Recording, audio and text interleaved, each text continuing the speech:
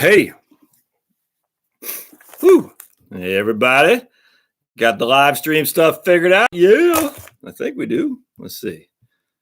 Right. Let me change the other. I should change that. Change the lighting here. I could change it like that. All right. Looks a little bit better. There we go. Got a nice glare right there. Just to show you the sun is shining in. No Pablo yet. My daughter is taking him for his nightly poop ski. Hey, what's going on? Texas country living. Tom Major house right on. Tom, you're in Texas too, aren't you? Talking to a couple guys from Houston the last couple of weeks, and it's funny. Of the clients who have hired me, I'd say 50%. Oh, you're Maryland are from Houston, the city.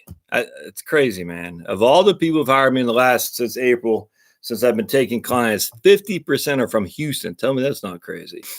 Crazy like Fox. Let's check a look while we're waiting on Sports Score, shall we? Now, my kids and I use the. Let's just say you had too much chili for dinner and you need to go to the bathroom. We're going to say, what are you doing there? And we say, we're checking sports scores. That's what we always use because we had, you used to be able to read the Washington Post sports page when I grew up in the Washington, D.C. area. Nowadays, you got everything on your phone. You're checking the sports scores. So now we're going to check the scores and see. I know the Pats won. Right next to DC Loonies. Right on, Tom. Yeah, I went to Blair High School in Silver Spring. Rob, our Pittsburgh. We went to Pats. Yeah, right on. Sharon, where you calling from or whatever, dialing in from Sharon. The Steelers won today, Rob. Anyway, so let's check sports score, shall we? Because I know the Pats won. Newton, Mass. Right on. My wife lived, I think it was Newton when she was going to BC for her graduate degree. Let's see here. Dallas will get spanked. I hate the friggin' Seahawks. That stupid Dayglow stuff is dumb. Right, yeah, I know. New York, right on, Vic. Red Sox 1-1. Sports, get back to work, people. Work. Mark from Yakima, Washington. Daniel. I hate those Seattle uniforms. They're stupid. It's stupid. I've always hated them. The Bengals lost again. The Phoenix Cardinals, the Raiders beat the Bears. I hate the Saints. I've always hated the Saints. I'm a Saints hater, that's for sure. I've always liked the Vikings, like the purple, but I hate the fact they play in a dome, man. I wish they would play in back in the Metropolitan Stadium outside. I just think when the Vikings are playing the Chiefs in on a grass field, that bright purple that the Vikings have and the bright red the Chiefs, I just thought that was a clash for all ages.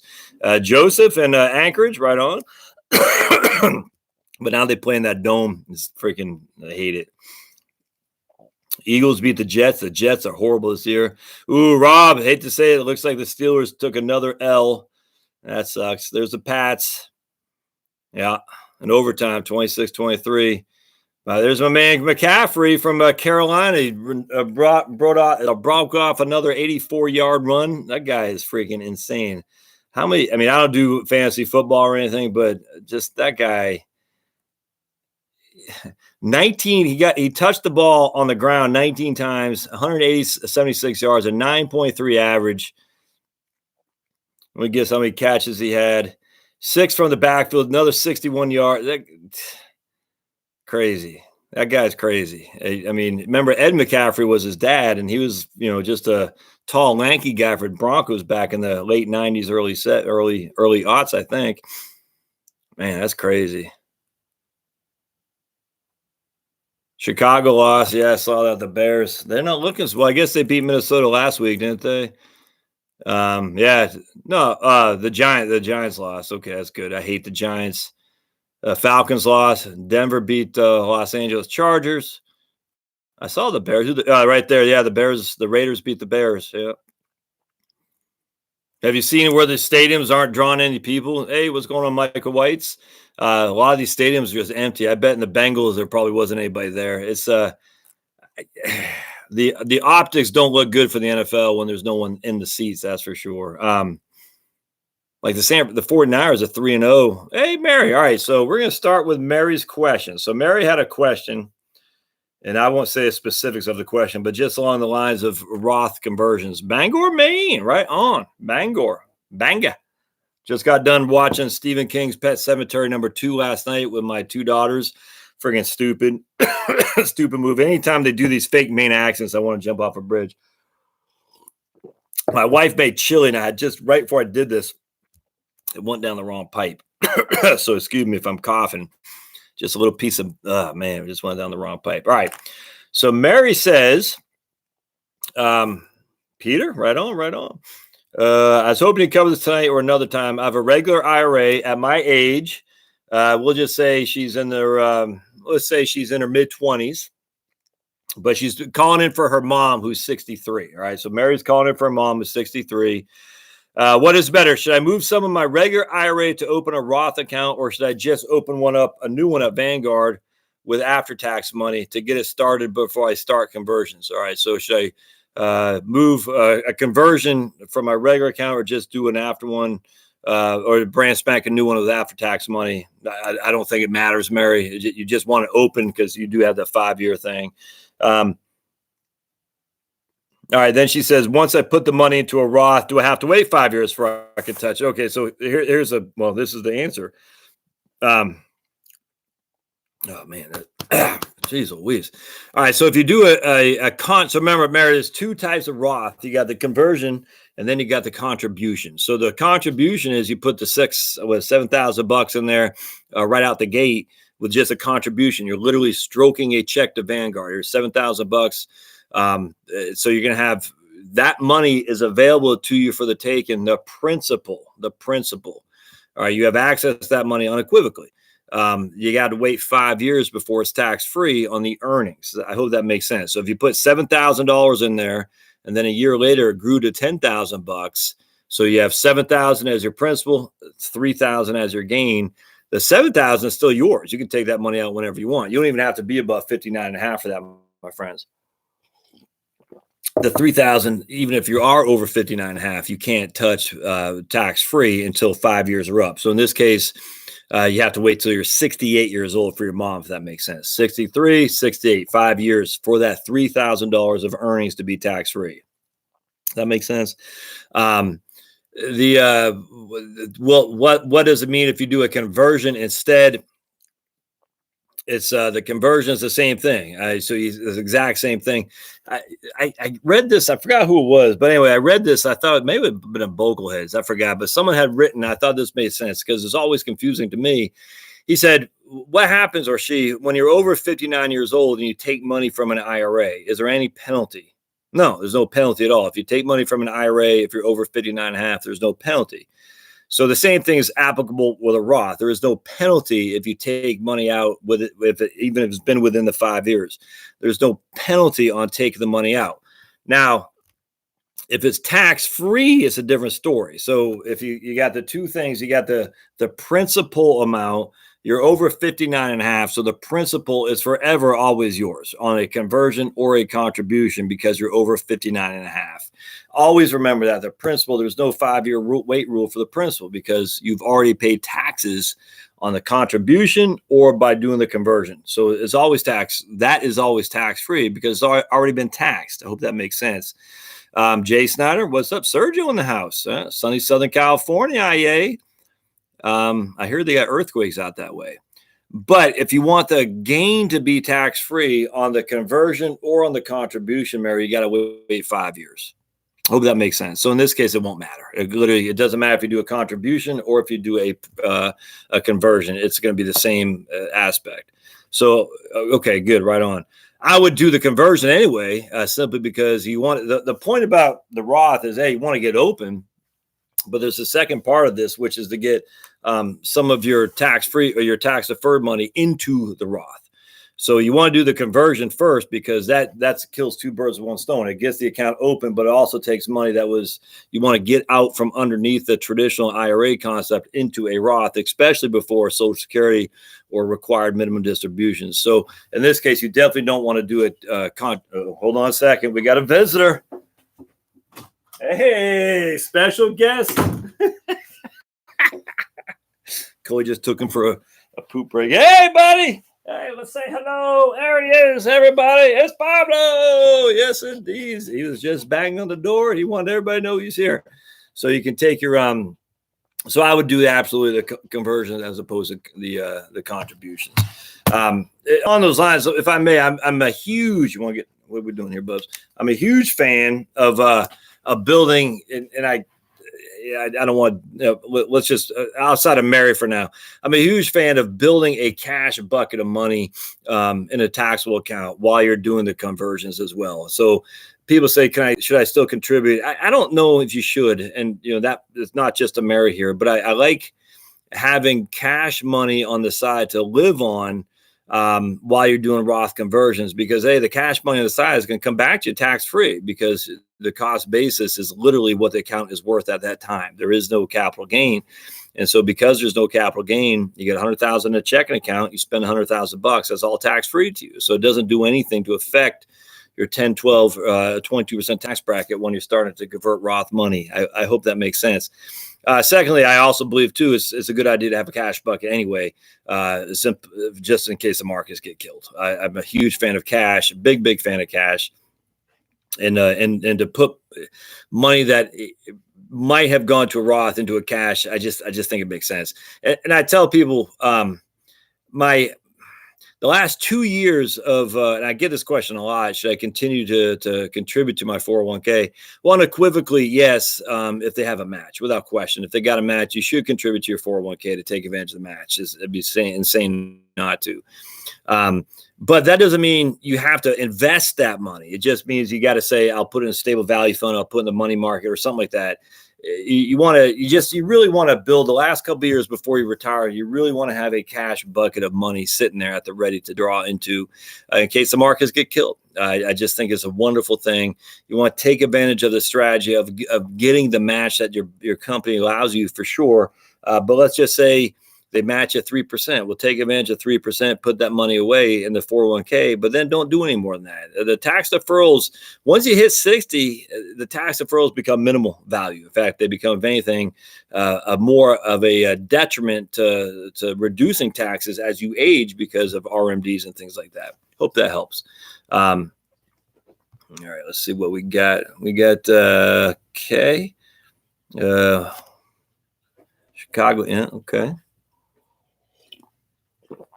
Is there any Vanguard ETF equivalent to the Wellington Fund? Yeah, I don't know, man. It's a good question. I don't know, Theo. But man, Ross from PEI is in here. Just for the record, every time I say Canada, I'm just joking. So please, Ross knows that. But if any of you all else are Canadian lovers of our great neighbors up north, it's all a joke. I'll joke. I just joke. I say, blame Canada. It's all in fun. Don't take it too much.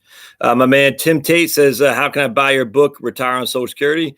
Amazon, just type in his name, Scanlon, Scandlen, Scanlon, and my books will pop up. I think my dad's got a book on there on free market healthcare. And I think his wife has a bunch of books on there too. But it's for me, I'm Josh Scanlon. So if you just type in my last name, you'll see me on there. And I think my brother does have a book on there. But I think my dad's got a book, my brother's got a book, and my dad's wife's got a couple books on there. I like my brother's book. I don't know anything about my dad's book, and my dad's wife's book I don't know anything about. So I don't recommend or not recommend those. But for me, obviously you just type in Scanlon, Josh, and you'll see my book on Social Security. You can retire on Social Security. Shameless plug. All right, let's see. Spectator, what's going on? Best Vanguard funds for a 26-year-old Roth IRA. Long-term allocate, I just do the total stock index, Justin. VT, was it VT SAX? VTSAX. I would do that. Just be done with it. I mean, literally, that's what I would do. 26 years old, I'll throw in the total stock index. I literally would do no more. Boring and great. Boring and great for sure. What if your mom dies before the 5 years are up? Do your heirs have to pay tax on that gain? Man, I don't know. That's a Sharon. If someone can look that up, I don't know the answer. That's a great question. So, Mary, 28 years old, mom 68, 60. Mary's 23, and mom's 63. Mom starts doing some conversions, dies at 65 before the 5-year rules are up. Does Mary have to pay taxes because the 5-year rules are not up on the gain? I would presume, yeah, Sharon. I don't know. I would presume, yeah, because Mary would have to pay taxes on inheriting a traditional IRA. So imagine she'd have to pay tax on the Roth for sure. But I'm open to discussion on that for sure. I bet she would. An advertisement for a single premium deferred annuity with for a 4% yield if you sign up for 6 to 10 years. What's the company, Rick? That's pretty good. So I don't know what B++ is. Now let's see. Hold on just a second. I'm gonna look up in my trusty phone. So my man Rick says he got an advertisement for a single premium fixed annuity with a 4% yield if you sign up for 6 to 10 years, or 3.85 for 3 to 5 years. The insurance company is B++, which sounds kind of scary to me, but let's just take a gander of what B++ is on the insurance. B plus rating. Okay, so B++ rating. All right, so let's take a look. That's a pretty good rate there, and that would concern me to some degree. Man, can you just answer that? All right. Well, I like how they say what's the rating, and then I'll tell you what the rating is. All right. So the first of the financial strength rating, represented by an alphabetical range from A++ all the way to E. All right. Well, that B. Oh, here we go. The majority of insurance companies have an alphabetical rating of A- or better. There are a few companies that fall within the B++ category, but considered still to be excellent by AM Best. AM Best is when I was doing my insurance licenses, Rick, AM Best was not considered the gold standard for insurance ratings. So let's just put it that way. And look, this is many moons ago when I was doing that stuff. But I remember AM Best seemed to be the least favorable amongst the people in the industry. And I can't remember if it's just because they were lacking, if they're a little bit more forgiving, I don't know, but they're saying B++ is below most of their companies, but still considered, some could still be considered excellent. So I might skip that one, Rick. That would bother me a little bit, given that's a low rating for sure, and the rates are so much higher than comparative products.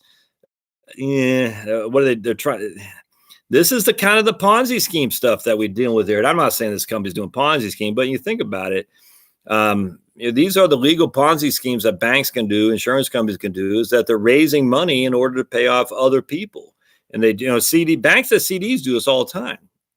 They need deposits. They'll have a couple rates on CDs that are incredibly good. And the reason they do this is because they get the money from your deposits to turn around and loan it out to companies and whatnot. But that's, some of those companies already have the claim for the loan. I mean, how's that? I mean, I don't know. The whole thing is just as odd to me. And I wonder if, banks do this all the time.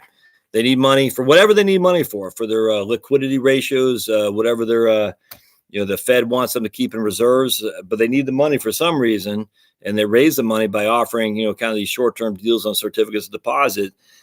That rate right there, Rick, is significantly higher than anything that I could see out there, which would tell me that they're trying to raise funds for some reason, and maybe it's to pay for other contractual obligations. I don't know, but that would make me a little bit nervous. I think I skipped that one.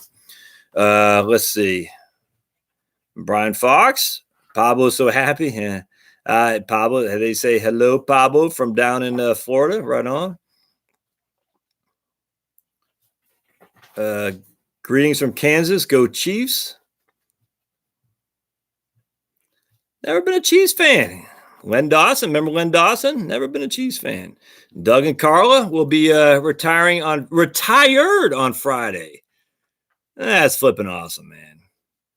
Retired on Friday. That's awesome, Doug. That's pretty cool. So we've been doing these live streams for probably a year or so, and Doug was counting the days, and here we are. It just shows how fast time goes, but that's pretty cool to get to know folks and see their progression. Doug's been saying 35 days and counting, and here we are, retired. So Doug, what's the first thing you're gonna do on Monday or for tomorrow? Your first day off from work? What are you gonna do, man? What would I do? My first day off of work. I think what I would do is I would grill some steaks. I'd smoke some ribs. Oh, hold on a second. What's he got? Okay. Yeah, he's got my old weightlifting glove, which I'll probably never use again. I'd smoke some ribs. That's what I do. I'd have them on slow. Oh, no, brisket. Doug, you should smoke some brisket. Just imagine brisket on a cool fall day. I don't know whether you got down in Texas, but up here it's beautiful today. All right. My man Randy says I look marvelous. Thank you, sir. Michelle says I rock. Thank you, Michelle. Yeah, right on. Tom, our Maryland friend, says you in Texas, Doug, he wishes you the best. How awesome is that? Not everybody in Maryland's a stinker. We know that. Actually, I can say that because I went to high school in Maryland. What do you think of Wellesley Income Fund in my Roth? I'm not a fan, Mike. I don't like bonds in a Roth. I don't. I just no other way around that. I'm not a fan. And Wellesley's got about 65 to 70% bonds. So I would, I'd say niet, as us, Russian communists would say, who are backing the Trumpster because we're commies and Putin's army is trying to take over America. We're the Manchurian candidates, and so our Russian is what do they say? Kak dela, I think that means how are you in Russian, and niet is no. And so there's my extent of my Russian. And Alex Ovechkin, that's my other extent. So I'm not a fan of having bonds in Roth, unless you have this hesitation to be aggressive to some capacity. In which case, yeah, no problem with it. I just don't like bonds, and I don't think they should be in Roth IRAs in particularly. Theo says, can you validate that the maximum Social Security spousal is 1/2 of my FRA benefit? So yeah, right on, Theo. So Theo says, if he waits to claim till 70, it does not increase her spousal benefit anymore. 100% right. I don't know how old she is, Theo, but we deal with this a lot. And I'll just give you my wife, Charlotte, and me. She's 4 years younger and a hell of a lot better looking. But at the end of the day, she's still only 4 years younger. I made the predominant amount of money for sure in our working careers. So when I hit 70, she will then be able to get her spousal benefit at 66.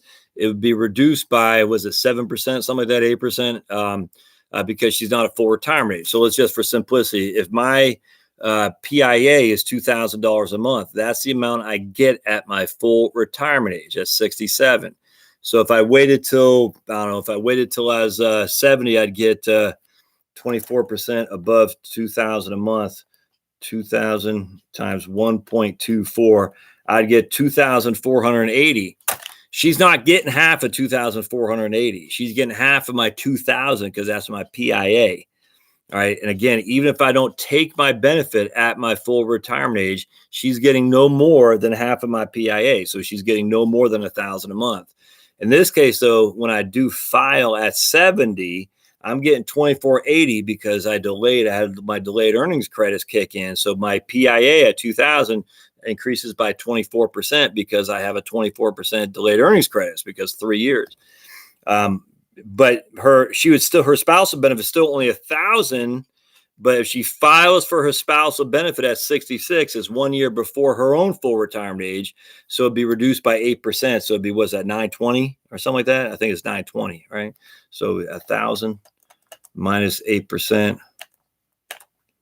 Yeah, 920. Man, that makes me look smart. But anyway, so it'd be 920. So I get 2480 a month because I waited till I was 70, but I didn't open the window for her to take her spousal benefit until I filed.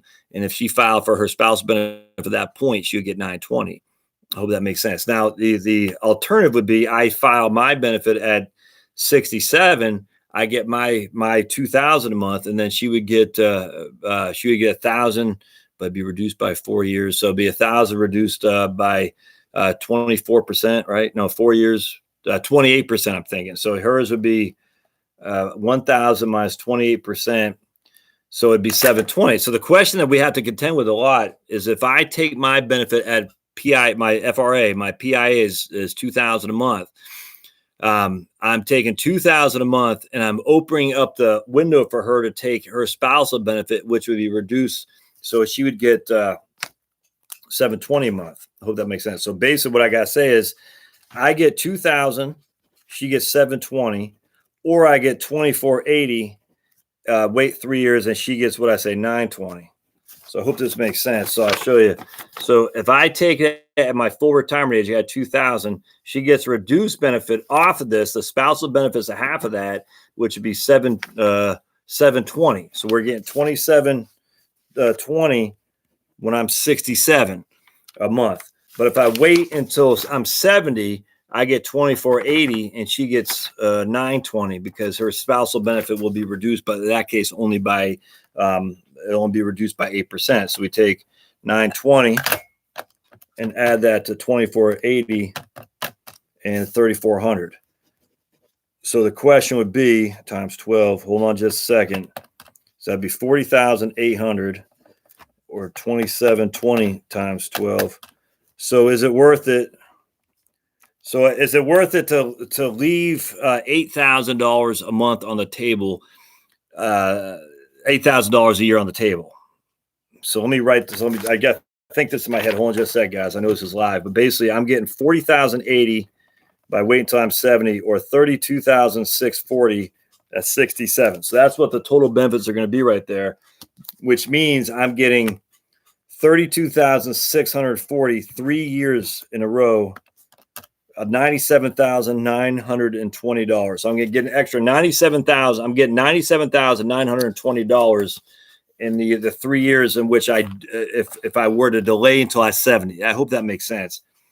So if I wait those 3 years, I get an extra $8,000. The difference between these two numbers is $8,000. So I'm making extra $8,000. Now I'm not using any cost of living adjustments, which would add to the benefit of waiting, but still. So we divide by 8,000. So there, I mean, again, there it is. It's going to take me 12.24 years by delaying to break even. That makes sense. So basically it's going to take 12.2 years without cost of living adjustments. And we would probably even say with cost of living adjustments, 10 years, but for simplicity, for me to wait until I'm 70 and I get an extra $8,000 a year once I'm at 70, but I've missed out on this $97,000 until then. So 8 divided into 97,000 is 12.24 years. So Charlotte and I would have to both survive for 12.24 years. I would be 82 and a quarter. At that point, she would be 78 or something like that. It's a tough one. It's a tough one. We deal with this all the time, actually, with folks, because most men are older than their wives. Not all, but most men made more money than their wives. Not all, but generally speaking, that's the rule of thumb. And because of that, this is a significant issue to contend with. That's tough because what's the likelihood of me living until I was listening to that guy Wade again. He's saying more and more people live into 100. Like I get that, but I don't think you can make planning projections. I just don't. I'm not there, man. I mean, planning to live into 100. I just you see the Society of Actuaries, the death charts. I mean, you're still hitting 83 And that's when the amount of deaths drops off a cliff, because most people died before then. I just don't like this living to a 95 and 100, making those planning projections, because I just don't think there's not enough evidence that, never mind the majority, but never mind the predominant amount of people are going to live that long. And so for me to say, if I wait till I'm 70, I'm 82 years old for me to break even. Well, what's the likelihood of me surviving until I'm 82? I don't know. That's a challenge. Now, for me, I'd want my wife to live the highest amount she can, for sure. So I would definitely want to delay, so that way she can get a higher benefit. There's no right answer. That's the thing that sucks. There's no right answer here. That's just my hot tea. Steve Harrell, what's going on, Steve? Nirav Kara, what's going on? Does it make sense to shift all your bond allocation to annuities by the time you retire? Man, that's a great question. That is a great question. So my friend Nirav Kara, and Frank, I'm not sure if that's a miss or Mr., or I say yes, ma'am, or yes, sir, but I just don't know. But that's a wonderful question. Man, I think it does, Nirav. I'm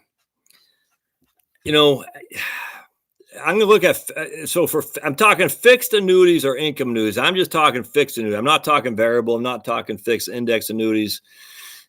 I keep meaning to read Roger Ibbotson's piece on that, fixed index annuities. I think annuities, the value in annuities, and I just did a video today where I showed you the duration risk on Vanguard's long-term treasury bond fund is 17, and I think it's 17.41, which means a 1% increase in the interest rates would drop the portfolio by 17%.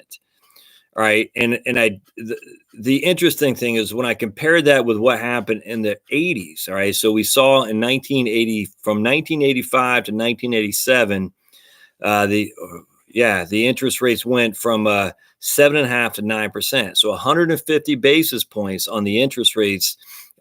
So what happened was the Vanguard long-term bond fund lost 19.5% of its principal. But what you do, so you're sitting there thinking, this will go back to your question. 7.5 is your current interest rate. All right. So you divide that by 1. Sneaky. Yeah, a little snake in the grass. You divide that by 1. Oops. All right, 7. You divide 1 by 7.5. Excuse me. 1 divided by 7.5. So a 1% increase in interest rates when the interest rates are at 7.5% would only be a 13.3% increase. All right. So you got 7.5%. It goes up by 1%. That's a 13.3% increase. So 7.5 to 8.5 is a 13.3% increase in interest rates. Right now, the long-term treasury bond was paying 2.44. So we take a 1% increase in interest rates at 2.44, divide that by 2.44. And that's a 41% increase in interest rates. So what's more risky? A 1% increase in interest rates when the yields are the coupon essentially is 2.44, or a 1% increase in interest rates when the coupons are 7.5. Well, we just showed you inherently a 41% increase in interest rates with a 1% rise is significantly more painful to absorb than a 13% increase in interest rates when a 1% rise was 7.5. The point about it is a duration risk. So what we witnessed in 1985 to 1987 was when the rates went from 7.5 to 9 because of what was happening in Japan and whatnot. And look, I just learned all this stuff. I did not know. I did not put these things together until I read books. And that's what you should do. You should read books or listen to books to learn how this stuff happens. Not because you'll be any better educated, prepared for the next calamity, but you can say that people don't know what the hell they're talking about. You say, you don't know what you're talking about. And that's good, because if you can say you don't know what you're talking about, you know who to avoid for sure.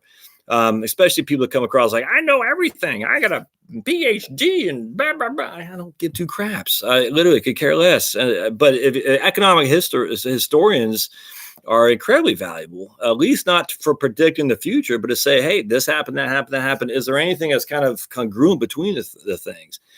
Anyway, so going back to fixed annuities, what's the downside risk? Well, the only downside risk would be like our man, whoever someone asked about the Rick Leffel asked about the B plus and A and B best ratings on a fixed annuity of paying, I forgot what he said it was for. The risk is the solvency of the insurance company, but there is no duration risk in a fixed annuity, none whatsoever, none. And some would say there's liquidity risk. Well, you still have access to 10% of it each and every year. So there's some liquidity risk for sure, but you still have access to a nice amount of the capital. But the biggest risk is the solvency of the insurance company. And we're not going to get in the state guarantee and Guarantee.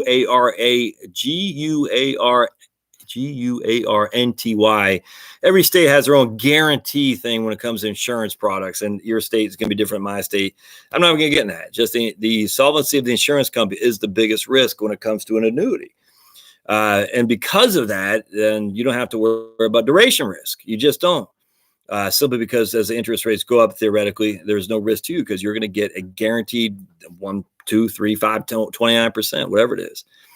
Which is why I'm a big fan of fixed annuities, because the bonds, as the yields have dropped, the coupons have dropped, the risk has got even higher and higher and higher.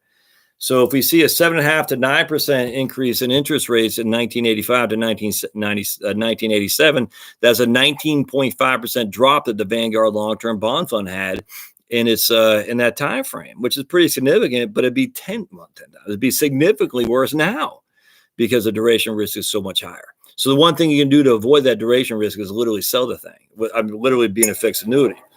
Now, people say mistakenly, I made a lot of money in bonds the last 8 months or something like that. And that's, you haven't made any money and you haven't lost any money. It doesn't matter until you actually liquidate it, pull the trigger. And if you're liquidating and pull the trigger, then you have to do something with the proceeds. You have to invest it. And if you're investing it, you literally have made no money because if you're investing in another like bond, the same thing is on that other like bond. I mean, you've made no money. You just traded one for the other. It's no big deal. If you're investing in stocks, that's a different scenario. You say, hey, I made 19% of my long-term bond fund this year.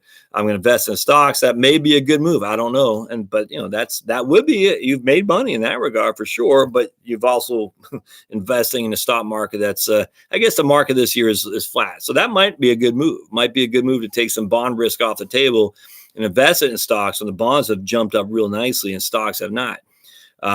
But unless you're actually liquidating it, you haven't made any money, and you won't make money because we know what happens with the bonds. They start here, they end there. It can go up, it can go down, it can go anywhere in between, but they start here, they end there. There's no other way around that. Or you're going to use that proceeds of a bond proceeds that you made 19% to pay off a mortgage. That's making money. But just reinvesting in bonds is not making money. And if it's just sitting there, you have made no money. You haven't made. But the nice thing is you have a 19% gain, so it makes your portfolio look higher, which is great, but that was all fleeting. With a fixed annuity, you're not going to get the upside of that because there is no downside. There's no duration risk, but there's also any duration risk on the upside either, if that makes sense. So I'm a fan. I haven't checked the fixed annuity. I haven't done this for a while. I'm going to share with you any USA, I don't think I talked about this last time. Did I talk about I think maybe I did. The flexible retirement annuity at USAA. I'm going to share it with you again. For any USAA member, and that's a veteran or family member of a veteran who is still alive, they have this thing called the FRAN, the Flexible Retirement Annuity. Some call it the FRAN-E, FRANNY, FRAN-E, or the FRAN Flexible Retirement Annuity, which is what I used to call it. It's the best product on the market. And the reason for the safer side of your investment portfolio. The reason for that is because you have a 7-year time frame. 1, 2, 3, 4, 5, 6, 7. All right, so you have 7 years. You're locking up your money for 7 years. You dump in $5,000 or whatever you're going to do, and that's year 1. By the time year 7 rolls around, this $5,000 is completely liquid. All right, so this $5,000 is completely liquid.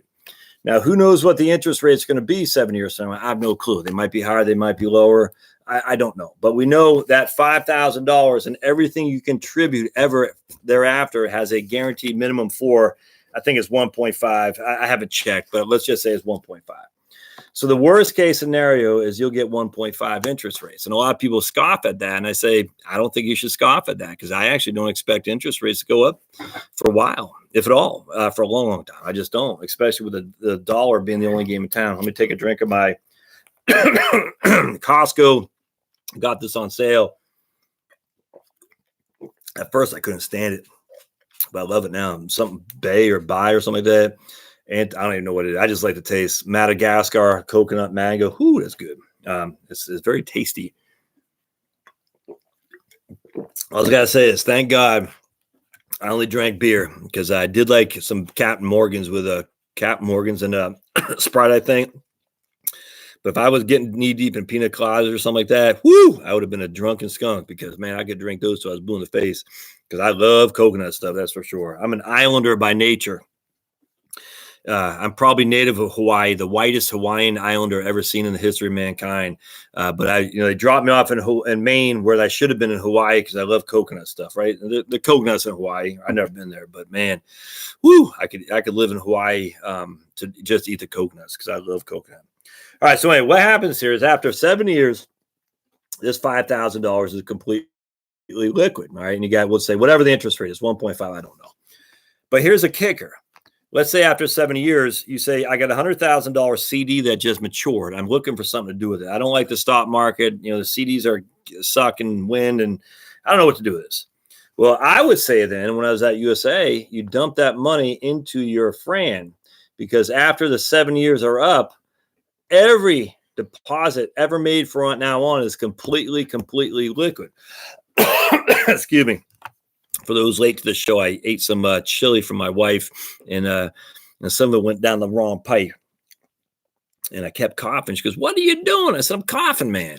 She goes, "Stop it." I was like, I can't stop. I said, "Man, no concern for me at all." She goes, "You're just coughing. You're disturbing Pablo." I said, "I'm disturbing my breathing patterns. You don't care about that?" Just whatever. I was like, "Geez Louise, 20 years of marriage, man. Jeez." Anyway, so what happens here is that $100,000 you put in is still guaranteed at the guaranteed minimum, 1.5. Now, the guaranteed minimum might seem like not much. Well, if that doesn't seem like that much in 7 years, that would indicate that the interest rates have gone up. And if the interest rates have gone up, that new money going into the Fran is going to give you whatever the rates are at that time, whatever the market rates. So 1.5% as a guaranteed minimum might not be the interest that you get. In fact, it probably won't. It'll be whatever the market rates are at that time. Typically is a 7 to 10 year treasury bond. And so after 7 years are up, you're essentially getting the liquidity of a bank account. You can't write checks on it, but it's pretty doggone liquid with the interest potentially of a intermediate term government bond fund. It's crazy. It's freaking awesome. So you basically can take that money out the next day if you want. You can leave it in there, but it's also guaranteed. There is no downside risk, guaranteed by USAA. It's you're not going to make a killing, but you're going to make money. Not much, maybe. I don't know.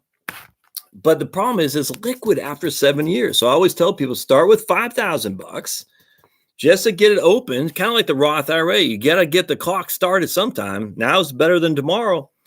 So start with some amount of money, get that sucker open. A few years later, going back to Nirav, who says, "Hey, should I do annuities?" I say, "Yeah, but the best kind of annuity is the one that's liquid, that's guaranteed by a top-rated insurance company, which USA is." I get no look, man. I have no affiliation. I'm still a member of USA. I got no affiliation. I don't know anyone there. I can't sell you anything. I get no commission, nothing.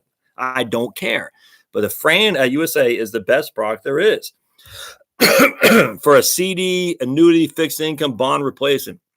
I used to tell this lady who I used to work with, who was also a USA member, but she managed money. I said, "Man, forget the bonds, dude. These guys, you're charging them 1% to run your bonds. You only get 3%. So after 3% gross, and you're taking 1%, they're walking away with a third less of what they were getting from the fee alone. And on top of that, the risk in there." I said, "The USA fixed annuities are paying more than that." She goes, "We don't want annuities. They're not liquid." I said, "Well, hell, I hope the bonds aren't liquid. I mean, because my goodness, you're not buying a bond for liquidity, for heaven's sake." All right, so enough of that. Anyway, I'm a big fan of fixed annuities. I just don't know what the rates are at this point. If I could get a 3% 5-year fixed annuity with a reputable insurance company, I'm taking that sucker without question. Not me, because annuities are my bond replacement, and I don't have any bonds. For someone who's needs bonds, retirement, a little bit not quite as aggressive as I am, fixed annuities are a wonderful bond replacement without question. I'm just telling you. The naysayers will say I made 19% of my bonds this year so far. I said, no, I get it. That will go away, and you're not going to make that money. It's fleeting.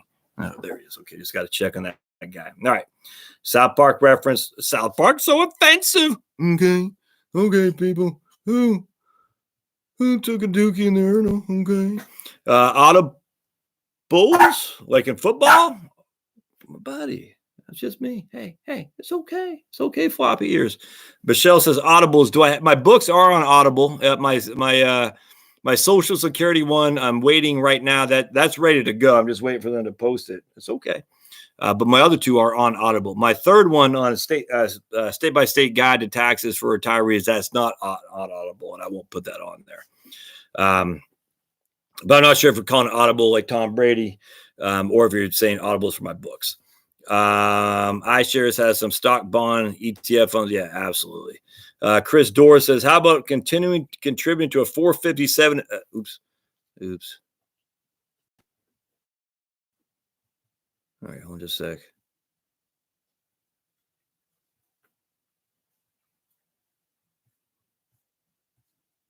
Ooh, missed a lot of questions here. Sorry about that, folks.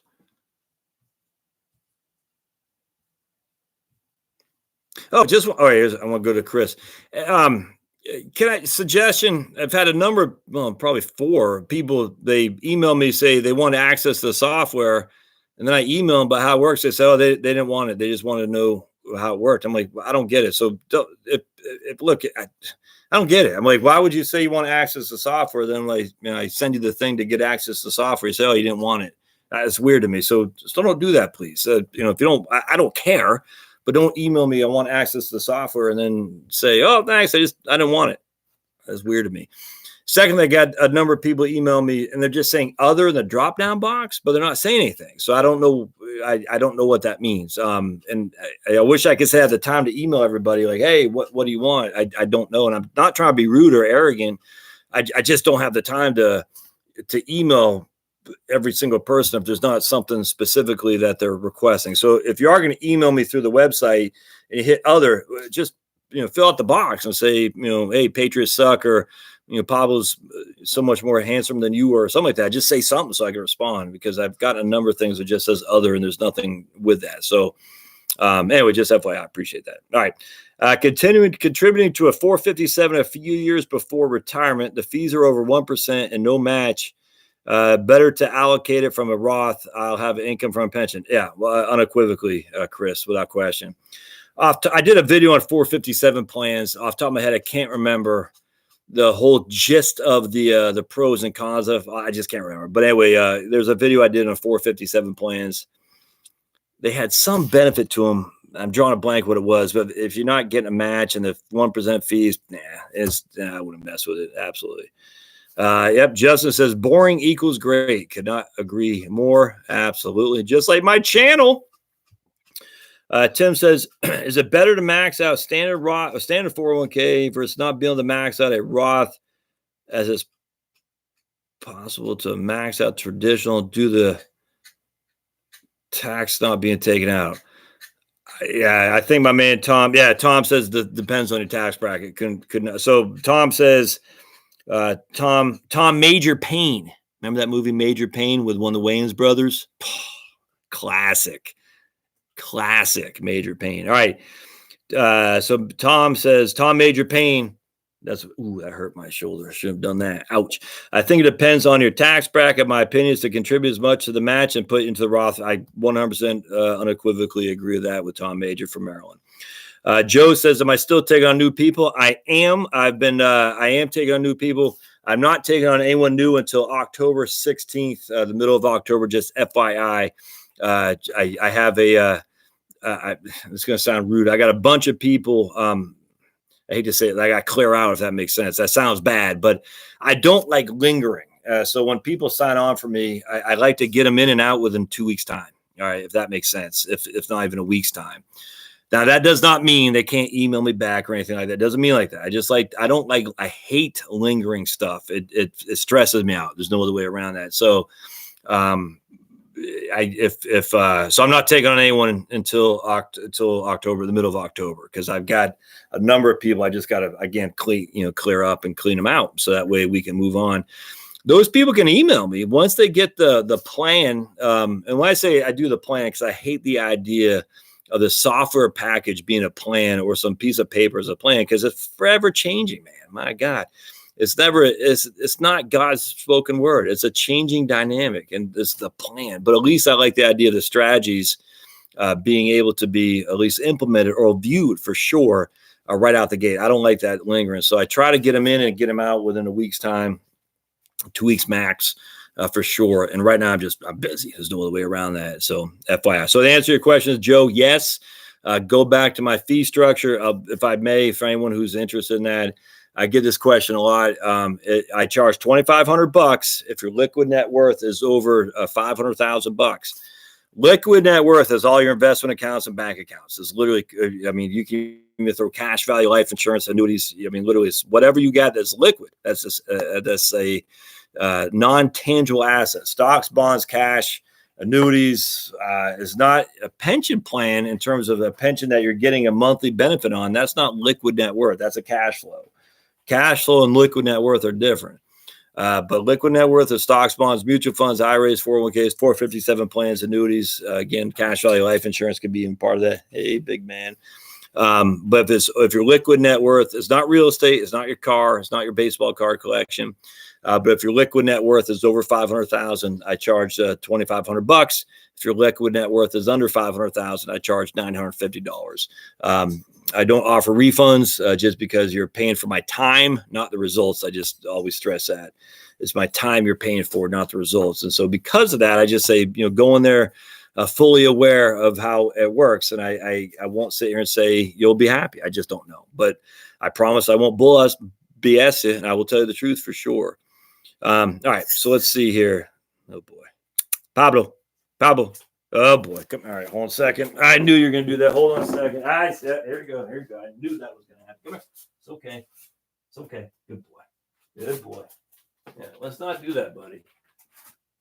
Let's try to avoid that. Okay. All right. Oh, Pablo. What a nut. All right. Can my 90-year-old mother minimize the widow's tax? I presume she's a widow. In that case, not really, unless she uses QCDs, qualified charitable deductions, where she's giving away money to charity from her retirement accounts, Ted.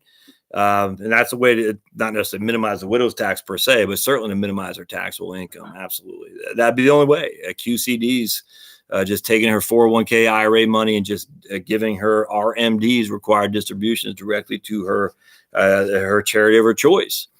That'd be the way to do it. Not a rated insurance company carrier. Oh, we talked about that first one. Scott Chandler, who used to be tight end for the Buffalo Bills. Jay Hudson, Jay in Virginia here, haven't retired yet. Can retire, just haven't pulled the trigger yet. Right on. Well, and you got some work to do in terms of thinking about when it's time to pull the trigger. Good stuff, man.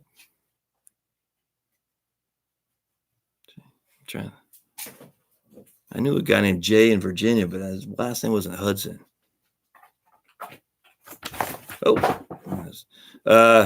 Justin says 401k contributions exceed the limit when you include the match. Can 401k contributions exceed the limit when you include the match? I put in 19K and my company puts in X amount. No, I theoretically it could, but the thing with 401ks is that there's three ways to fund it. You got your amount, which is $19,000. You got the employer contribution, and then you got profit sharing. So it can't be more than, I think it's 54,000 if you're over 50 and 49,000 if you're under 50. It can't be more than that in max. So if your company was saying you're putting 19,000 and we're putting 19,000 in, that's freaking awesome, dude. But that won't exceed the match. Now, what would happen when I was at USAA, for instance, they'd have some freaking serious profit sharing. Profit sharing is nuts, dude. And so because that, a lot of times the profit sharing you could not get in your 401k because you'd be at the max with their company contributions, your own amount that you put in, and then the profit sharing would be through the roof. And so that would have to come after you after tax, if that makes sense. So no, you're fine without question. And unless the company matches, significant, which I doubt. Let's see. Hey, Josh, really like the sequence. Right on. I saw that, Alberto. Appreciate the heads up. Tell Miss Ann we said hello. Alberto says, I did a sequence of return risk video this afternoon while I was taking a walk. And I measured it. That's 5.7 miles. So take that. 5.7 miles on my walks. What are you looking for there, big man? Crazy. Anyway, and I was talking about that sequence of return risk never goes away. It's always there. And I just I struggle with the idea that you're 5 or 10 years in retirement now, so you don't have to worry so much about a market decline or a shock to your portfolio. I don't buy that for 2 seconds flat, because you don't know when the shock is going to wear off. You don't know how old you are going to live. You just don't know anything. It bothers me that we use this data as such a tiny, tiny subset of humanity to say, well, if you can survive the 2001 and 2 crisis, you're going to be fine. But no one predicted 2007 and 8. No one did. And it's nuts. So you don't know. And then the idea would be, well, I'm older now, so I have less risk to me. No, you don't know when you're going to die. If the market falls 50%, are you saying, yeah, I survived the shock, so I'm good now? No one thinks like that, unless they don't have debt.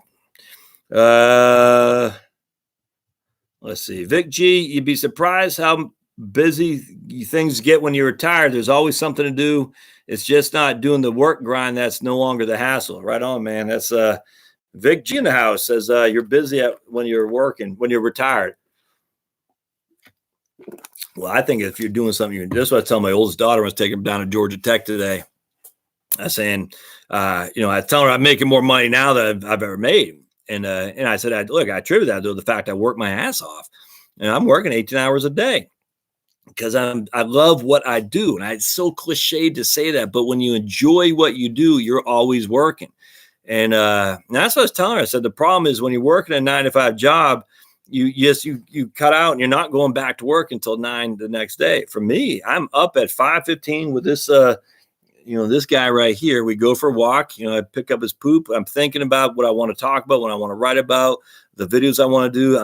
I usually don't look at my phone until I get back and have my first cup of coffee. So I'm thinking, I'm listening to stuff. There's always something to do. It's freaking awesome, man. So, in every single piece of thing I post out there, I could make money on. Not one piece is going to make me rich, but one piece plus one piece plus one piece plus some people hire me for financial planning is freaking awesome. But if you look at the number of hours I work, it's through the roof. But I joy out of. It's interesting because we're talking about. My daughter was saying she was at something at school, and someone said, "Man, you're low energy," or I can't remember. And she goes, "Yeah, I'm low energy because that was stupid. I hated doing it, so of course I'm gonna be low energy." I said, it's funny because I'm high energy when it comes to this stuff, without question. And people might extrapolate that to think I'm normally high energy. I'm not. I'm actually introverted. I like sitting here with my dog and my family and my grill. That's all I need, and maybe some football in the background, and maybe some client science debate on the that I can read or something like that. I don't need much. But when it comes to this stuff, man, I'm highly passionate about it, and I'm extroverted because this is what I enjoy doing. I like it, which kind of goes to show you that everyone has I don't know. Presumably everyone has a passion that they get fired up about. And even the most introverted person can get passionate about whatever they want to be fired up about. I don't know. Some of these guys are passionate about anime. Oh, I don't get it, but hey, they don't get my passion. So it's all good. Rebecca says, can't thank you enough for all your great info. Well, you're welcome, Rebecca. Much obliged. Mary from Connecticut, Doug and Carla says, enjoy life. So you got some from Maryland and some from Connecticut telling you to enjoy life. And so does a Mr. Constitutionalist. Mrs. Constitutionalist. How cool is that? Good people in every state. Tim Tate says, I'm the best, Josh. I'm going to screenshot that and tell my wife to tell me this. I'm going to say, hey, just read this comment. You're the best, Josh. I finally got you to say it, Charlotte. Take that. Take that. Ay. Hi, Josh. Enjoyed many of your. What did she get? Oh, so my daughter was getting confirmed yesterday. And Catholics, I never got confirmed. I'm not really that much. I'm not really a Catholic. I'm a non-denominational Christian. But anyway, my daughter got confirmed yesterday, and I so there's an issue. Let's just say so. I had to leave the church to go, and it was an issue with a family issue that I thought was going to be bigger than it was. Thank God. Anyway, sitting there in the holding pattern area, and I'm texting. I won't say much more, and I'm kind of worried. And long story short, we got it finally resolved. So I go in through the front door there, and this freaking lady who I guess is in charge of the whole thing said, "Excuse me." I said, "Yeah." She goes, "Don't go through the front door when the bishop's trying to talk. How rude are you?" I said, "Okay, I'm just literally right there." And she, "Go through the side doors." I said, so I went through the side door. And I still got to go around to get to the pew where my two boys were. I was like, the hell, man? I could have gone right. Instead, I got to go like this, walk all the way around and come. It was stupid. And then the confirmation took basically is the longest thing since I was in basic training, where I just want to jump off a bridge, because the bishop talks or priest talks, they talk, and now they're doing it half in Spanish, half in English, which ticks me off. Because if you look around, our parishioners, there's Spanish people, we got people from India, we got people from China, we got people from Haiti, we got people from Africa, we got people from Vietnam, we got people of all shapes and sizes and colors. Why just focus on Spanish speaking people? It doesn't make any sense. If you got to just do it in English. This is America. You do it in English. That way we can all consolidate around the common chosen language, rightly or wrongly. It's stupid. So every song's got to be sang in Spanish and English. Everything. I'm just like, oh, for the love of the good Lord, this is dumb. I find that to be offensive, on top of the fact I'm thinking, if I just came over from Vietnam, with the only dollar in my freaking knapsack there, and now I got to come to a church and they're, laying out the red carpet for a certain group, but not for me. That ticked me off, and it should be. And I get the whole thing's nuts. I don't get why, and I know it's because the stupid Pope is sitting there saying, "Oh, we want to be." I don't want to go off this diatribe, but I'm just sitting there thinking, this is nuts. This is nuts. Tower of Babel. You know where that came from? Why do you think it's a Tower of Babel? Anyway, so the point was, it took forever. So I sent my boys out. I said, look, if you guys want to go to the bathroom or something like that, you can, because they were getting antsy, and they did.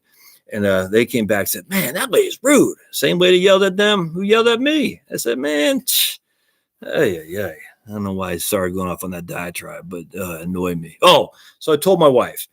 I said something that was not very endearing about this woman.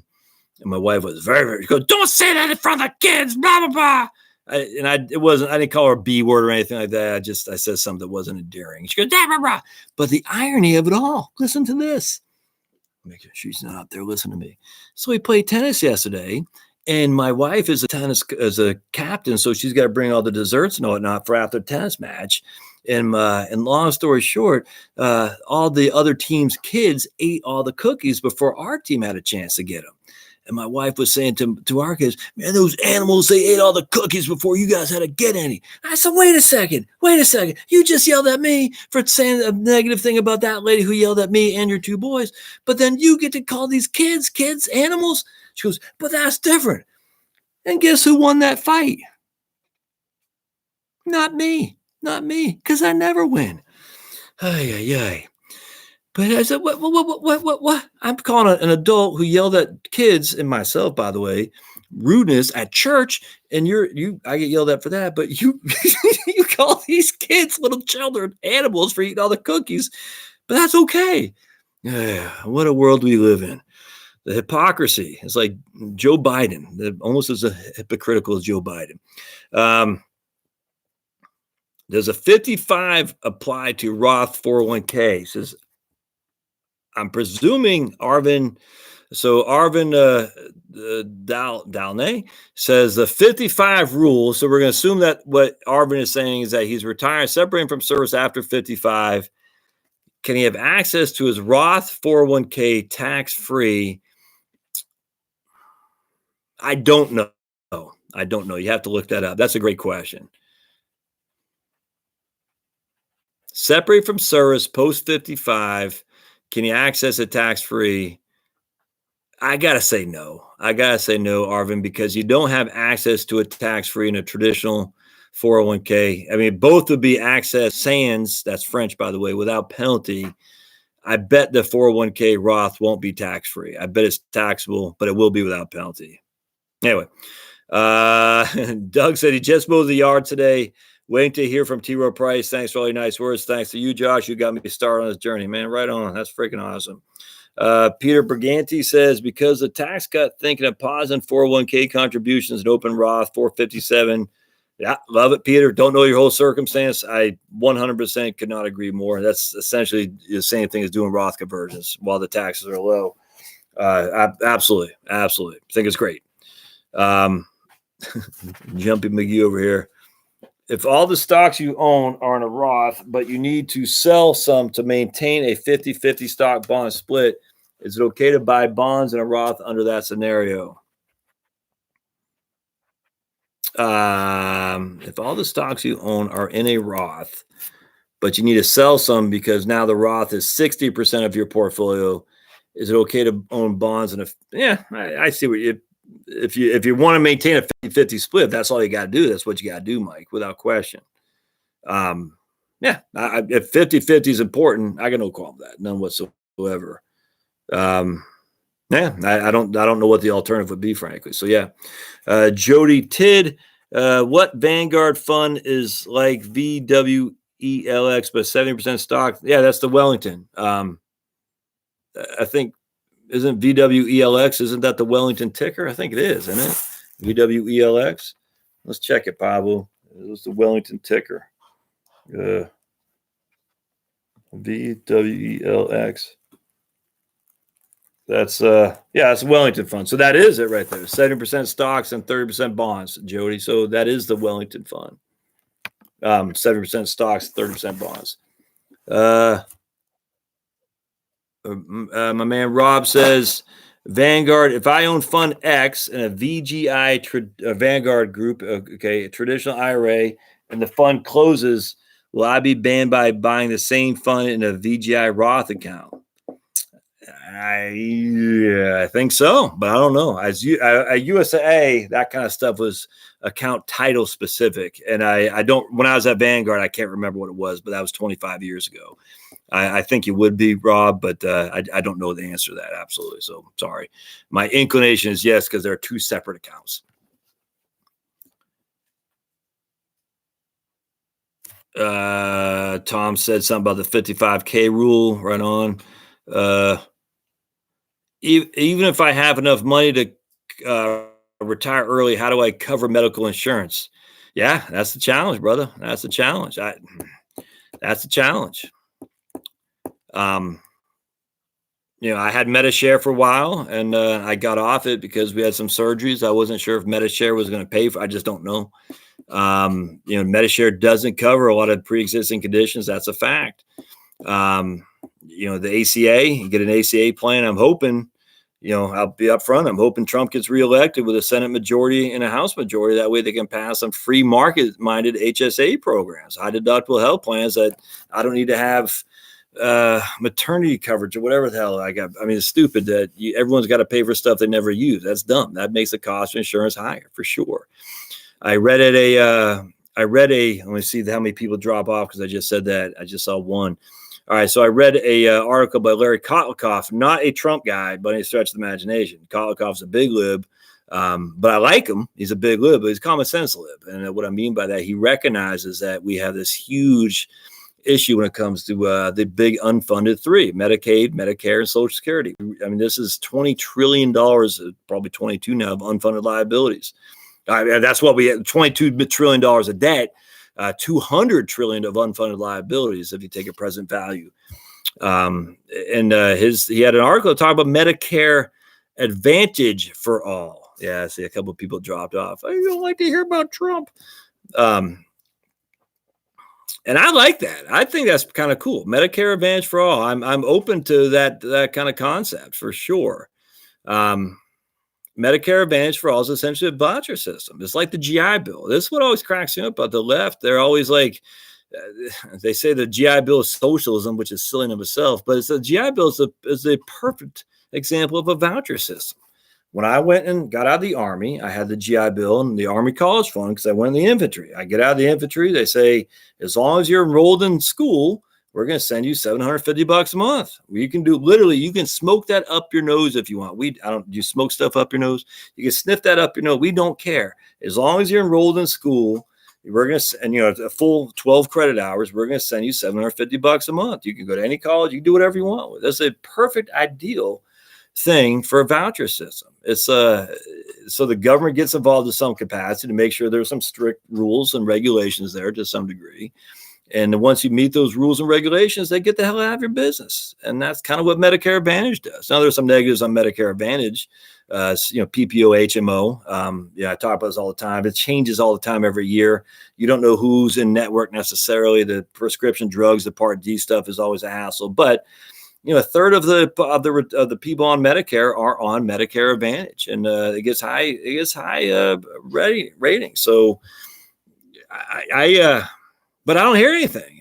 This is where it ticks me off. The Republicans, I don't know what the hell they're doing. Even the Trumpster, I don't know what he's doing. I don't know why he's not taking that. And I don't get it.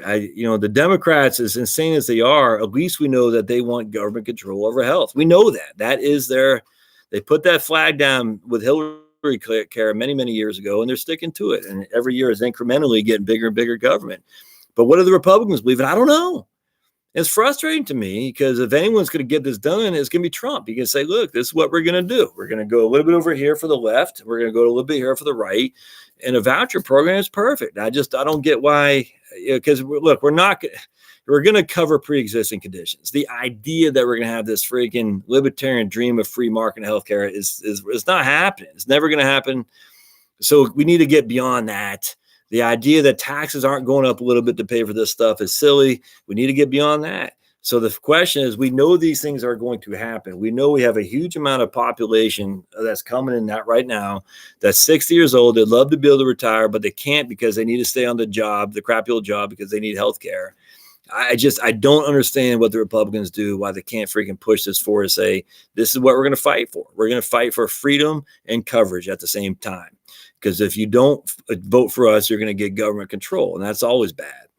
But the Republicans are too busy trying to be the next Paul Ryan, the next Trent Lott, the next Jeb Bush. I mean, all these guys are part and parcel for the same. They get into D.C., they act like they're going to tear it up, and then what they do is they say the money and the glamour, the idea of being on CNN and stuff.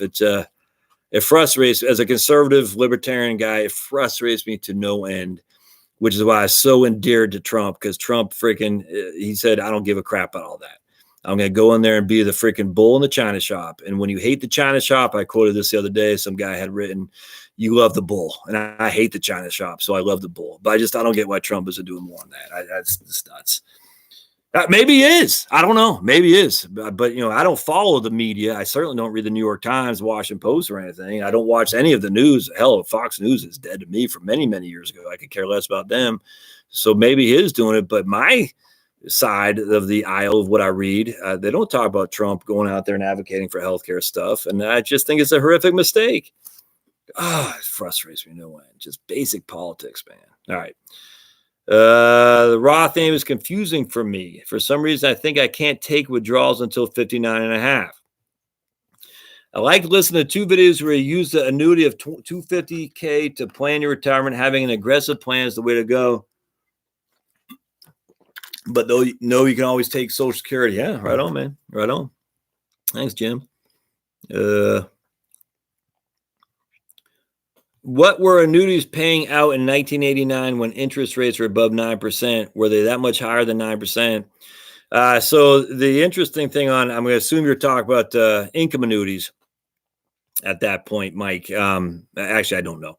But income annuities are paying high. And the reason was the mortality tables were lower than they are now. People weren't living as long as they are now. And fixed annuity payments on an income stream. Income annuities are based on 2 things primarily. The mortality tables, how long the insurance company is going to have to pay checks to the average person in their population.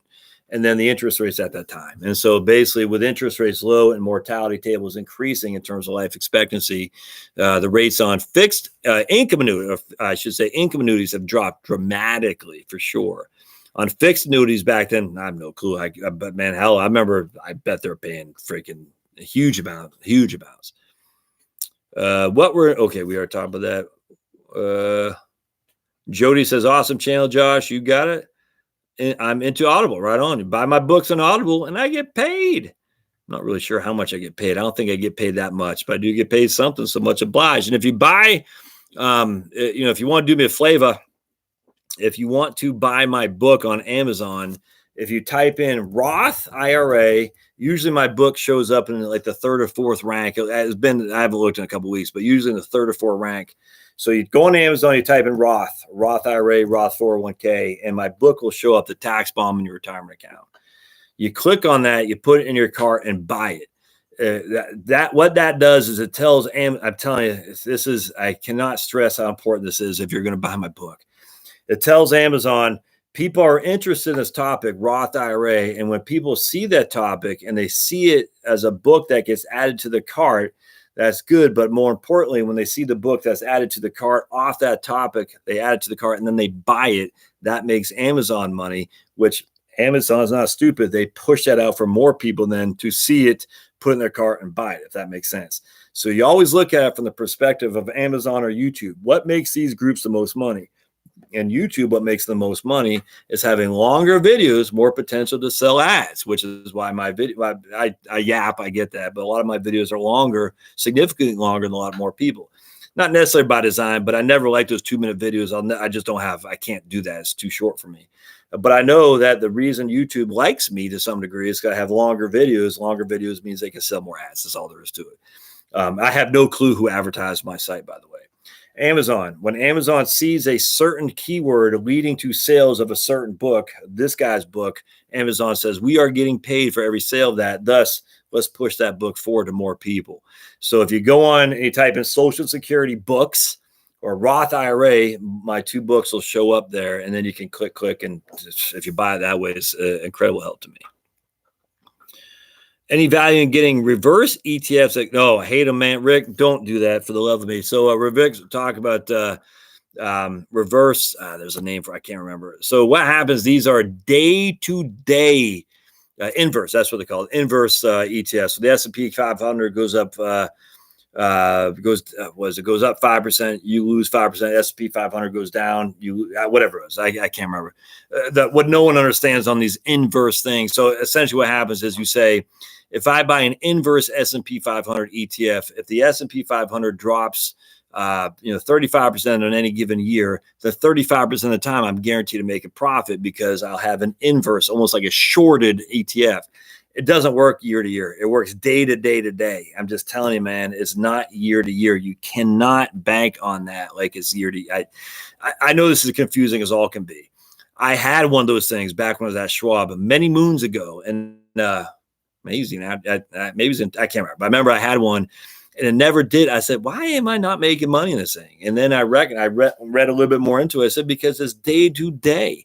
They basically open the books on 0930, and they close the books at 1600, and whatever the market did, that's what they did. That's what they pay you for that day. The following day they do the same thing. So it's just this daily transactional. It's not annual. So you can't think the S&P 500 goes down 35% of the time any given year. So that means I can essentially hedge by buying an inverse ETF. It doesn't work like that. Don't buy them. I'm telling you. Second awesome channel and most informative for retirement tax planning. Hey, right on, man. Green Steven says, how come you're down the base? Are you keeping away? Nah, dude, I'm in mad love with that woman. Don't know why she chose me, but she did. Take that, guys. Take that. I love my wife, dude. Oh my goodness. Anyway, just man. Just because we'll Pablo down here, and if I'm upstairs and he starts barking or something like that, now what's he got? He'd probably wait. Oh, good job. And then my other kids got to go to bed. What time is it now? It's 8:44. They need to be in bed by 8. We start brushing their chops at 8:30, get their James on by 8:45, and tuck them in at 8:50. And so if I'm doing down this and Pablo's running around like a chicken with his head cut off, they're gonna have a hard time going to sleep. So we try to get them tucked in by 8:50. They usually toss and turn for 10 minutes or so. So that's why I do in the basement. I doubt I ever go up there again with this monkey here, but yeah, we'll see. But not because I'm trying to stay away from my wife. Yeah, Mark says thoughts on QX. I get this. I gotta revisit this. I did a video on it maybe a few months ago, Mark, and I wasn't that impressed. And off the top of my head, I can't remember why. If I remember why, is because you can only do 50% of your total assets, or $133,000, whatever is more. I can't remember. It wasn't enough to make it that big of a deal. I remember thinking, that's it. You had to do 50% of your. There's really significant limitations on QX, and watch my video, or maybe I'll do another video on it. But I just that doesn't do anything for me. It doesn't avoid RMDs like we're hoping, because you still have to take RMDs of what cannot go into the QAC. And that's, in my opinion, it defeats the purpose, because then once the RMDs kick in on the QAC, well, now you got the RMDs of what you haven't converted, plus you got the RMDs on the QAC based on the life expectancy at 85 years old or whatever it is, which means the RMDs are going to be significantly higher because you haven't had to take any up that line. So you have this asset, we'll say $100,000, that's just growing and growing and growing and growing until I think it's 85 years old or something like that, where you have to start taking RMDs. Well, now the divisor is 11. So you got, 100,000 is now 250. You got to divide by 11, and those RMDs are through the roof now. And all the old time, you still had to take RMDs on this remaining 50% that could not go in the QAC because of the statute. I did do anything for me. All right. Steve Wayne says, my daughter just opened her first Roth. Would you suggest a growth fund? VTSAX. Don't know your daughter. Don't know you, Steve. But the Vanguard Total Stock Index, done. Tell her that 25% of the time, every 4 years or so, that will fall 25% in value, if not more. So just be advised going in. Say every 4 years, and it's completely random.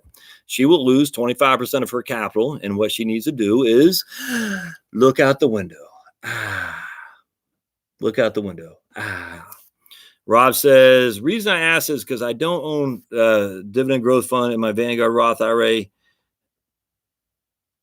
Oh, yeah, the Roth, that's just me, Rob. My statement on the VDIGX is it will close, I imagine. But, they're probably talking billions of dollars they're going to raise. Yeah, I would think it would close again. I don't know. Vanguard never told me. I don't know. I have no clue on that, no inside knowledge. But, if they closed the fund before because they got a bunch of assets and they open it back up after 10 years of being closed or something like that, it's bound to get another asset boost. And so I could easily see that being closed again. I don't expect that to be tomorrow. Cochran, George in the house. What's going on? Philip Ibarra is in the house. Que paso? Mary says she loves coconuts. Yeah, man. What's the tax on that USA option? Oh, good point. So my man, Mr. Const,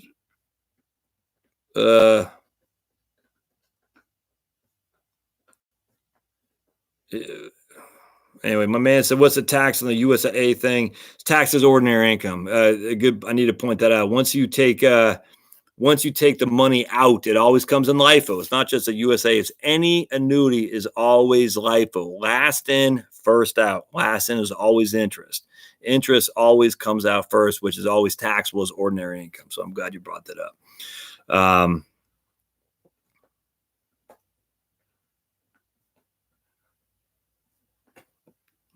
Major paint film. Yeah, right on. Virginia. I love Virginia. All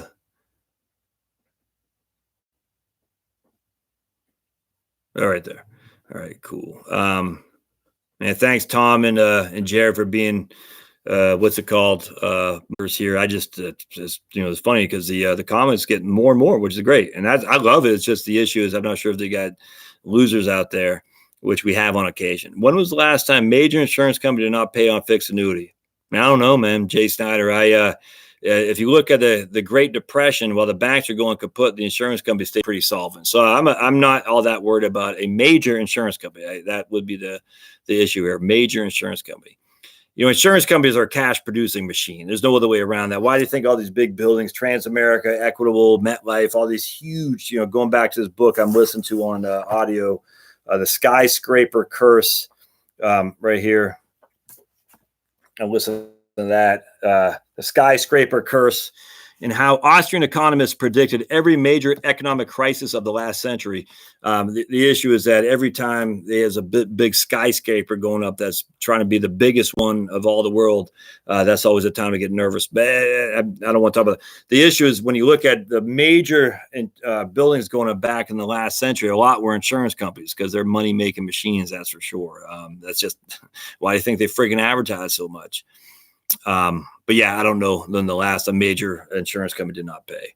And Great Riff is here and is playing some guitar. Yeah, no, good up. Fear the Turtle, right on. Not often, but LTC is iffy. I agree with that. Long-term care, that is an iffy proposition, 100%. Long-term care insurance I don't recommend it by and large, even though I do own it.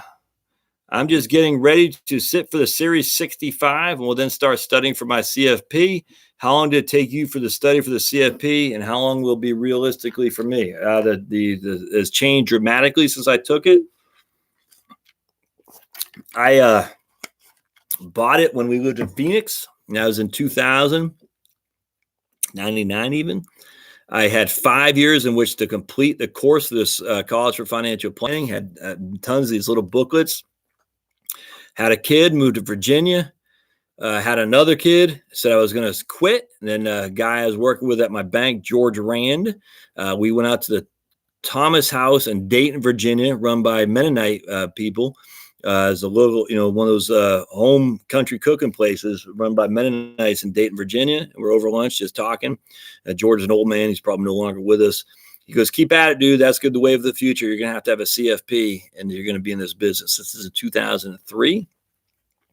So I woke up every morning at 4:30 or 5, something like that, to study for the kids got up. And I had to change butts, and I studied for an hour and a half each day for a year and a half. 2005, I took the exam. And when it was a 2-day exam, 2 nights, 2 days, something like that. And I stayed at my brother's house in Arlington, Virginia. And I'll never forget thinking there's no way I passed that sucker. And in January of 2006, they sent an email, and you look online. I'm sitting there thinking my career is literally at stake because I'm not going to take this again. And I took it, I passed. And so that was my course, man. It was a freaking pain in the ass. But I know a lot of people now, they just go through some Kenzan course and they take it. And I think the CFP is I don't say it's a for-profit, but it is a business, and they need to have more CFP credentialed holders because it costs like $400 a year to maintain your CFP. And then, and they've screwed the pooch, man. CFP board, they really have. I won't get into that here, but they've the gold standard has been depleted. It was varnished or tarnished or something like that. It's sad because the CFP, they wanted more and more certificates so they could charge more and more people money in order to. I mean, it's a business. There's no other way around that. And because they opened up the base to anyone who could freaking fog a mirror, which is too bad. And because of that, they've really they violated their oath to protect the letters, and that's. I always contend one of these days just drop my stupid CFP and being done with it. But, it was such a hard thing for me to pass, my man, that I won't. But I'm disappointed. And just because someone has a CFP, for the love of the good Lord, it doesn't mean anything. I'm just telling you, it's like just because you have a PhD, it doesn't mean anything. It just means you're able to take a test. That's literally, or a PhD, you're able to, pass a dissertation. It doesn't mean you're any more better or less than anyone else. It doesn't. Anyway. Oh, Thomas M59 says, complete work for current customers before agreeing to future work sounds better than cleaning them out.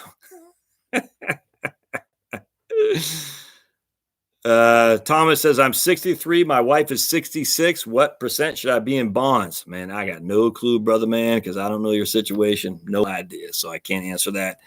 I'm 38 on TSBG fund, but thinking about going a bit more aggressive. Which fund should I research first? Hard to go wrong with the C fund. That's for sure. But C funds, the S&P 500 goes up, goes down, goes up, goes down. But hopefully it'll go up more than it goes down. But who knows? That would be where I start for sure. Hey, JD, my nonprofit company has a good 457B, no fees. And when you take it out in retirement, it comes out as W-2 income. So if you don't have other W-2 income, you can use it as a basis to fund your Roth. That's freaking fantastic. I love it. So she says that her 457, when you take it out, it comes out as W-2 income, which is what you need is earn income, what you need to, but then I wonder about if it comes out as W-2, is it then subject to FICA? I don't know. That would sound like it's subject to FICA then, right? Because it's coming out as earn income. Earn income means subject to FICA. And then if it's FICA, is it FICA on both? Are you paying FICA on both sides, or is your company who put the 457 plan together paying for the employer side? I don't know. 31 here from Valdosta. I've been following you for a year, and I really appreciate all the advice. You got it, man. Right on, Valdosta. So is there a form we complete and then send in our financial documents after payment? How detailed if you have a significant number of stocks? I'm not sure what you're asking here, Carl. If you're asking for like my planning services, nah, dude, you just link them up on the personal capital software. So how it works is I got to get the payment up front. And once you pay me, I set you up on the software. And then you just go in there and you plug away your numbers the best you can. You don't kill yourself because we will take a time to review, to cross the T's and dot the I's, make sure everything's squared away. If you can link them via Personal Capital, via Vanguard, there's a link button that says link your accounts. Navy Federal, USA, doesn't matter. Fidelity. You link them, you don't have to do anything. It does it all for you, which is awesome. Peter says, I'm a holiday Catholic. We call them C&E Catholics. Fear the Turtle says organized religion. Sigh. Brother, Jesus loves you regardless, man. It's all there is to it. You don't have to love him. Doesn't matter. He loves you. And he'll get you when he's ready. I don't know when that will be, but Jesus will be ready for you, man. And when he is, it's the most liberating thing. Knowing the book has been written, you know the ending. And I tell you, I say this all the time. There's a short story called Lazarus Laughed, and I forgot the dude who wrote it. Lazarus laughed. And when you think about it, Lazarus is risen from the dead. He comes back to life. And the story is he's always laughing because he says to himself, this is why would I be concerned about Trump, about Twitter, about, if this is antioxidant. He's laughing because he said this is so insignificant in the overall cosmic realm of God's glory. Oh, man, it's crazy. And when you think about it like that, you can't help but smile and say, yeah, why am I worried about Pablo taking a grump on the freaking carpet? Who freaking cares? It matters not.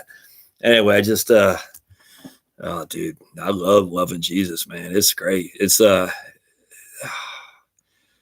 I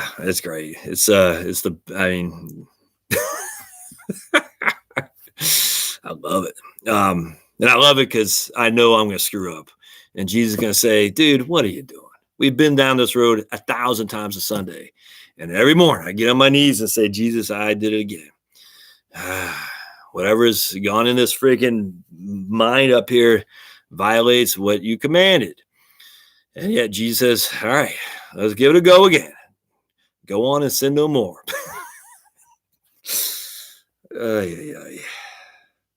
Remember who actually believes in God. Remember who tested Jesus. It was the devil, right? So the belief in God is not enough because the devil believes in God, as we can see by the Bible. The devil says, Jesus, I believe. What the devil did not do is ask for forgiveness. Always remember that. Everyone says, I believe in God. They keep the 10. That's not it. You believe in God isn't enough. It's to believe in God and asking for forgiveness. That's the crucial thing. And the asking for forgiveness is the hard part because that's when you got to lose your arrogance. And man, I've been there. I know it. I'm still there every time, all the time. It's nuts. What you said about being passionate, why I'm seriously thinking I've done my crappy old job. Sooner rather than later, it might just leave a lot of extra money on the table for 8.5 years of. I tell you, it's amazing. Well, just going back to being a Christian, when you believe in something, and if you believe in, I would look, God, God is not your personal freaking snack machine, but a guy named Randy Alcorn, I don't have it down here, wrote a book called The Treasure Principle.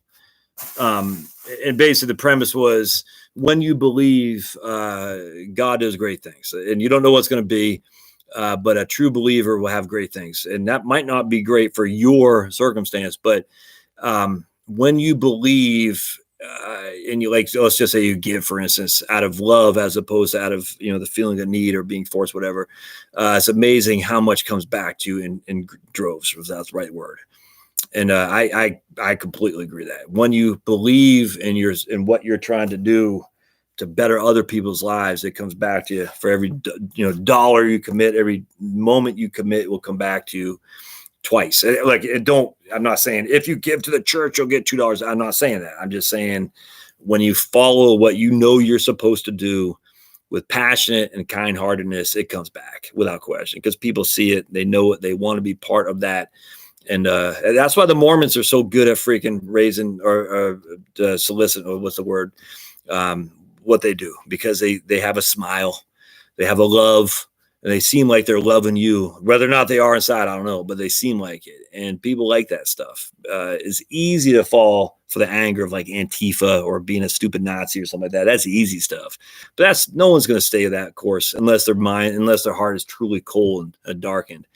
But if you follow your passion and what you want to do, chances are you're going to do it and do it and do it and do it to the point that you can't be stopped. And whether or not that rewards you financially, I can't say. For me, it has. It's nuts. It's freaking nuts. But it will reward you in terms of your way of life, for sure. And JD, my partner, I would highly encourage you to take that step. And if you want to talk more about it, you know how to contact me. Jim says, be careful. Charlotte may listen to this, and I might be in the basement for a long time. She won't listen to it. Do I check my blood pressure at home? Nah, I'm pretty even keel. Believe it or not, Ross, I'm pretty even keel. Socialism and climate scaremongering and retirement scaremongering do make my blood boil. But other than that, and watching the freaking Patriots in the Super Bowl against the Giants, or against the Ravens in the AFC Championship, or against the Broncos in the AFC Championship, I just can't watch. So we got climate scaremongering, retirement scaremongering, socialism, and the Patriots. That gets my blood boiling. Other than that, I'm pretty even killed. But I do take Lexapro. I don't deny that. Lexapro is anti-anxiety, or I don't know what it is, but it takes a little bit of the edge off. And I'm a huge fan of Lexapro. 100% unequivocally recommend. If you have a little bit of an edge, you're not trying to be a zombie, like, hey man, rock and roll, man. And you're worried about, maybe you got an addictive personality, and alcoholism and drug addiction runs knee deep in your family. And you're worried about getting hooked on some dope that's prescribed. You might be worried about it. I was worried sick about that with Lexapro.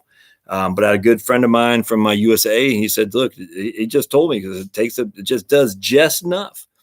It's right. It hasn't changed my motivation at all, but it's just taken just enough off, or it's just to relax where I need to be.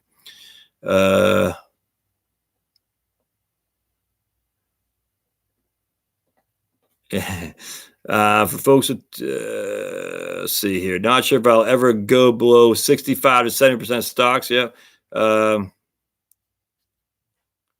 Deficit ticking on. The deficit is not ticking up to 23 trillion. That's a debt. People make this mistake all the time. The deficit is how much they're spending more than they got coming in for the year. All right. So they're spending 4 trillion. They got 3 trillion coming in. That is $1 trillion deficit, which is added to the debt. I can't tell you how many supposed are guys who should know. And it's not just semantics. This is critical stuff. And I cannot tell you how many people who should know better make this mistake all the time. And so, like, I talk a lot. So some words I say are not right. I get that. But it's just because I'm talking a lot of times stream of consciousness. So I'm going to make a mistake. Some of these guys, was not stream of consciousness. They literally say, I'm just like, dude, you're wrong. This is not the deficit. This is the debt. The deficit is the amount of under income that we have relative to outflows, inflows, outflows. We've had a balanced budget literally 5 times since Nixon. Literally, I think 91 was 1, and then 4 under Clinton in the Republican Congress, maybe 3 or something like that, maybe 2 under Nixon, 1 under George H.W. Bush, if memory serves, and 3 under Clinton Republicans.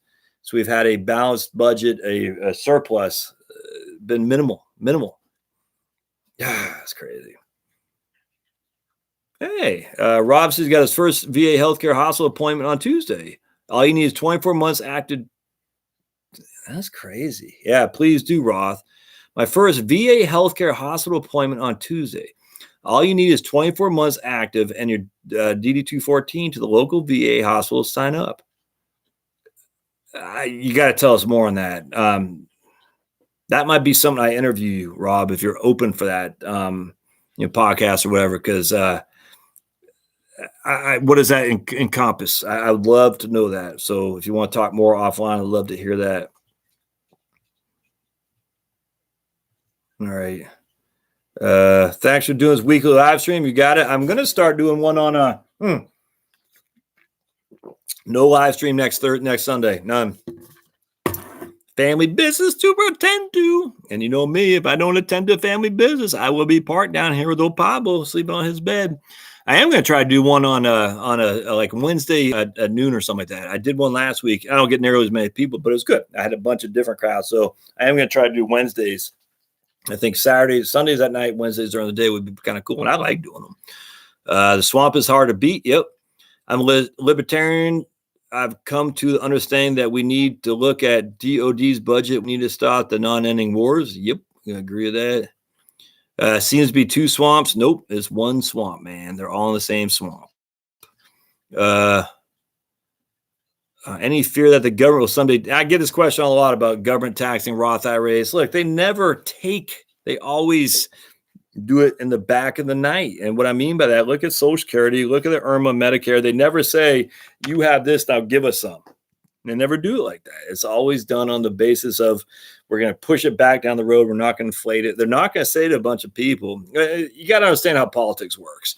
Politics is not appealing to the masses, is to avoid pissing off the vocal minority. And you got to read Nassim Nicholas Taleb. He talks about all the time about a vocal minority rules the world. It's very, very interesting. It's literally true. I mean, literally, a politician it's like electricity, the path of least resistance, without question. And the politician says, I got this, freaking cluster fark of Antifa people over here. They're screaming, hollering at me. I just don't want to do these guys. And I got people over here just going their day-to-day to work. All right, so I'll appease these guys and get them off my back. These guys, I'll wait to see if they come and scream and holler at me. Most people are too busy working to scream and holler. But Antifa, because they're all rich, spoiled brats with their mom's money, their dad's money from Walmart and whatnot, and all their trustafarians and whatnot. That's why I said yesterday, bring back the estate tax. I get it. We have an estate tax. I get that, but let's put it out there to say, hey, let's stop funding these multi-generational left-wing socialist scourges. It's nuts, and their foundations and whatnot. And let's get rid of charitable deductions that allow that to happen. All right, let's see what else we got here. Tim says it's to state start taxing pensions. What state is that, man? El Katrine. I'm late to discussion. All right. Looks like we got sneaker then grandfathering. All right. Looks like we're pretty much done here, I think. Oh, in Right Capital, what do you put for the certificates of deposit? The deposit value.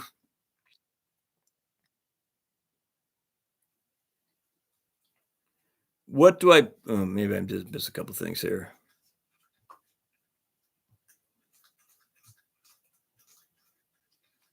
What do you put for CDs? The deposit value to date with cumulative interest, or I would just put your current cash value, dust. dust. I just put your current value, whatever the current cash value is. I'd put that in, and then you put the interest rate that you're getting in the maturity date. That's what I put in. Lance Jambeck says, "Good evening, Lance. What's up, man? What time Wednesday, please?" Says everyone's friend Talat. It's I'm thinking noon Eastern time. Jimmy in the house. Right on, Jimmy. Used to take my dad to a VA clinic, says Steve, then over to VA pharmacy in the same building. Right on. VA provides insurance benefits for all vets, like health insurance. See, yeah, Fear the Turtle says every president promises the great will reduce the debt, but they don't. And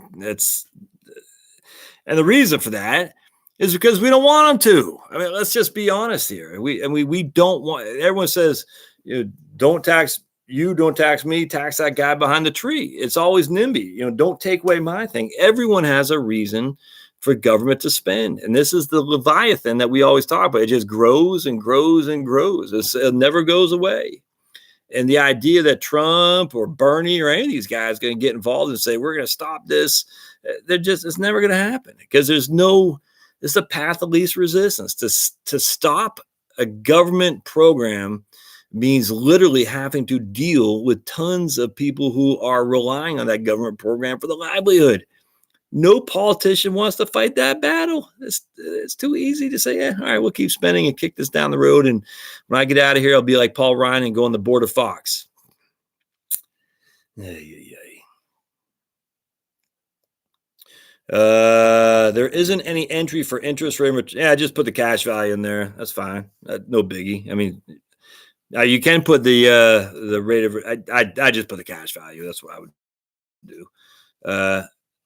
To never take any financial advice from someone who has to work for a living. It says a Generation X dividend investor about Taleb, Nicholas Taleb. I love that guy. Pay off house or completely invest in 401k, Roth, and HSA. I'd be paying off my house, brother, man.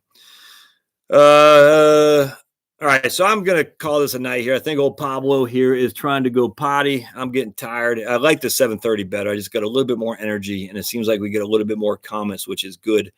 Love it. When you eliminate greed and envy out of us, perhaps problems can be finally solved. Yeah, when we eliminate greed and envy. I assume you're saying that facetiously, because we all have greed and we all have envy. That's the funny thing, man. We all do.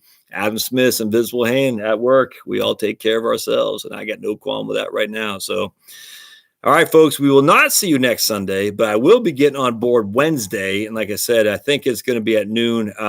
We will see you all there if you want to join in, if you have any questions, for sure. I appreciate y'all being here. Absolutely. Thanks for being part of the thing here. And do I have anything else pithy I want to talk about? I guess that's it. All right, we'll see you guys. Thanks now.